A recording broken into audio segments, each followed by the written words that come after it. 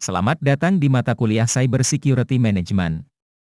Materi kuliah mencakup dasar-dasar dari pengertian keamanan, pengertian sistem dan pengertian keamanan sistem, evaluasi keamanan sistem, mengamankan sistem informasi, keamanan email, keamanan web, eksploitasi keamanan sistem, cyber law, keamanan sistem wireless, manajemen keamanan informasi serta metode hacking dan security. Dalam kehidupan sehari-hari kita sudah bergantung kepada teknologi informasi seperti penggunaan ATM untuk banking, bahkan mulai meningkat menjadi internet banking, mobile banking komunikasi elektronik, telepon tetap, selular, SMS komunikasi via internet, email, messaging, chatting. Dan di era ini teknologi informasi merupakan komponen utama dalam bisnis. Bahkan ada bisnis yang memang menggunakan teknologi sebagai basis utamanya, seperti e-commerce, marketplace dan lain-lain. Pada pemerintahan, teknologi informasi digunakan untuk membantu pelayanan publik serta memberikan informasi dengan cepat dan jelas. Seperti media center. Tapi dalam implementasi tersebut apakah data kita sudah aman? Sebelum membahas lebih jauh ada baiknya kita mengetahui terlebih dahulu apa itu keamanan informasi dan apa saja fungsinya. Pada era internet saat ini, informasi sangat mudah diperoleh dan disebarluaskan. Oleh karena itu, informasi menjadi aset yang sangat berharga baik bagi perseorangan, pemerintah maupun swasta. Keamanan informasi ditujukan untuk mendapatkan kerahasiaan, ketersediaan, serta integritas pada semua sumber daya informasi perusahaan bukan hanya perangkat keras dan data.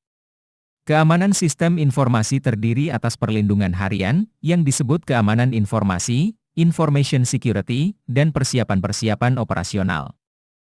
Berikut beberapa pengertian dari keamanan informasi menurut para ahli. 1. Keamanan informasi didefinisikan sebagai melindungi informasi dan sistem informasi dari akses, penggunaan, pengungkapan, pengoperasian, modifikasi, atau penghancuran oleh pengguna yang tidak berwenang untuk memastikan kerahasiaan, integritas, dan kemudahan penggunaan. Sinta Nurul dan kawan-kawan. 2022, 2. Keamanan informasi adalah bagaimana kita dapat mencegah penipuan, cheating, atau, paling tidak mendeteksi adanya penipuan di sebuah sistem yang berbasis informasi, di mana informasinya sendiri tidak memiliki arti fisik. G. J. Simons. 3. Menurut Whitman dan Mathord, 2010, keamanan informasi merupakan suatu bentuk perlindungan terhadap informasi dan unsur-unsur penting yang ada di dalamnya seperti kerahasiaan, integritas, dan ketersediaan tidak terkecuali sistem dan hardware untuk menyimpan dan mengirim informasi tersebut. Keamanan informasi memiliki kontrol keamanan yang berguna sebagai upaya perlindungan dari berbagai macam ancaman, memastikan keberlanjutan bisnis dan meminimalkan risiko bisnis serta dapat meningkatkan investasi dan peluang bisnis. Keamanan itu sendiri bisa dicapai dengan beberapa cara atau strategi yang biasa dilakukan secara simultan atau dilakukan dalam kombinasi satu dengan yang lainnya. Strategi-strategi dari keamanan informasi masing-masing memiliki fokus dan dibangun tujuan tertentu sesuai kebutuhan. Contoh keamanan tersebut adalah sebagai berikut. 1. Kerahasiaan, confidentiality. Informasi pada sistem komputer terjamin kerahasiaannya, hanya dapat diakses oleh pihak-pihak yang diotorisasi, keutuhan serta konsistensi data pada sistem tersebut tetap terjaga. Sehingga upaya orang-orang yang ingin mencuri informasi tersebut akan sia-sia. 2. Ketersediaan, availability. Menjamin pengguna yang sah untuk selalu dapat mengakses informasi dan sumber daya yang diotorisasi. Untuk memastikan bahwa orang-orang yang memang berhak untuk mengakses informasi yang memang menjadi haknya. 3. Integritas, integrity, menjamin konsistensi dan menjamin data tersebut sesuai dengan aslinya, sehingga upaya orang lain yang berusaha merubah data akan segera dapat diketahui. 4. Penggunaan yang sah, legitimate use. Menjamin kepastian bahwa sumber daya tidak dapat digunakan oleh orang yang tidak berhak. Oleh karena itu, perlukah sistem keamanan? Jika perlu, untuk apa fungsinya? Tentu saja hal diperlukan. Karena keamanan informasi dapat mencegah risiko kerugian finansial atau keuangan, risiko kerugian kerahasiaan atau tersebarnya data dua pribadi dan risiko kerugian harga diri atau image perusahaan. Ya, walaupun meyakinkan manajemen perusahaan atau individu tentang pentingnya sistem keamanan itu sulit, melebihi sulitnya menahan rindu. Untuk menjaga keamanan informasi, ada beberapa upaya yang harus dilakukan. Menurut para ahli, dalam upaya untuk melindungi aset informasi dari potensi ancaman, keamanan informasi secara tidak langsung memastikan kelangsungan bisnis, mengurangi risiko yang muncul, dan memungkinkan Anda mengoptimalkan laba atas investasi. Puriwigati Obuana, 2020.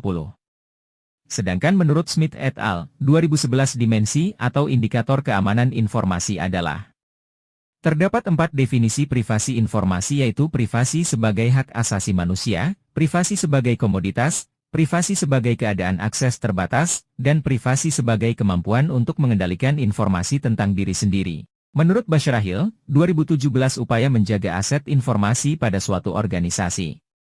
Tipe keamanan informasi bisa dikelompokkan dalam sejumlah komponen berikut ini. 1.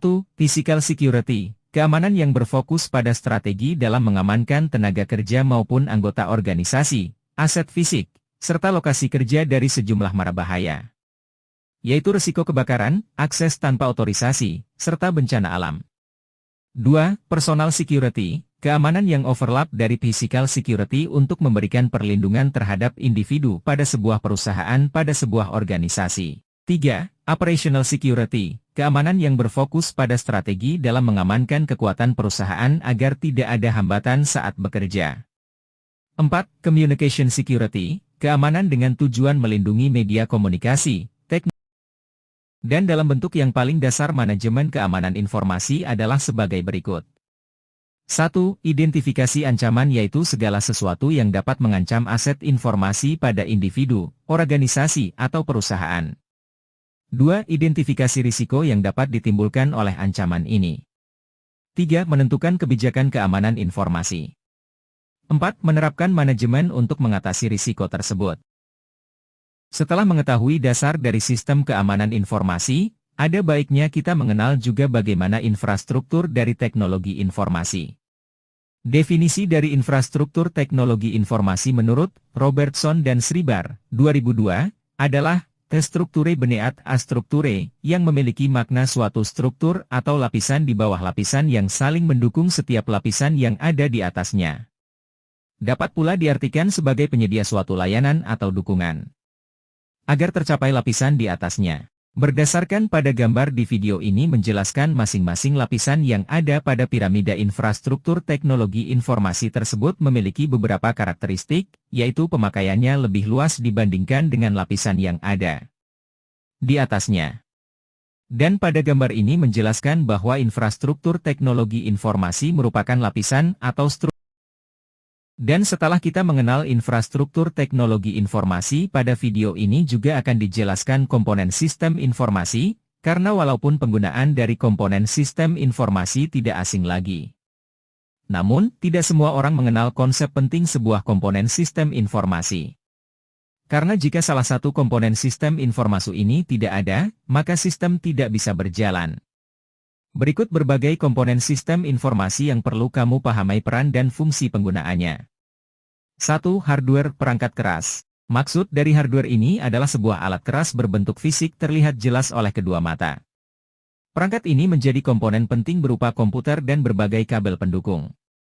Selain itu, beberapa alat pendukung pengolahan data seperti keyboard, disk eksternal, sampai router.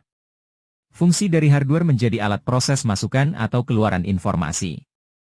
Penggunaan server paralel bertujuan untuk menambah jangkauan. Hardware juga dilengkapi penyimpanan data besar untuk menunjang pekerjaan di instansi penting perusahaan bahkan pemerintahan. Didukung oleh jaringan telekomunikasi luas. 2. Software perangkat lunak. Perangkat lunak berperan penting dalam pengolahan sebuah data, di mana informasi asing bisa diterjemahkan dengan bahasa komputer atau teknologi. Terdiri menjadi dua bagian, yaitu software aplikasi dan software sistem. Sistem berbasis aplikasi biasa digunakan untuk pengerjaan tugas, membuat dokumen atau desain lain aplikasi yang biasa digunakan seperti spreadsheet. Sedangkan perangkat sistem seperti Windows, Linux, atau iOS. 3. Jaringan telekomunikasi. Sebuah jaringan dapat membuat beberapa orang terkoneksi walau dengan jarak jauh. Cara untuk membuat jaringan telekomunikasi ini dengan penghubung nirkabel dan kabel. Perbedaan dari kedua jaringan berkaitan dengan penghubung kabel dengan serat optik sedangkan nirkabel dengan Wi-Fi. Penggunaan jaringan dengan jangkauan lebih kecil biasa digunakan di area kantor atau sekolah. Setelah mengetahui tentang dasar sistem keamanan informasi, fungsi, infrastruktur dan komponen sistem informasi, silakan mengerjakan soal pada video ini untuk mengetahui pemahaman Anda tentang materi ini. Terima kasih atas perhatiannya. Jika ada pertanyaan, kritik dan saran bisa melalui email yang ada pada video. Salam. Ahmad Fikri Salabi.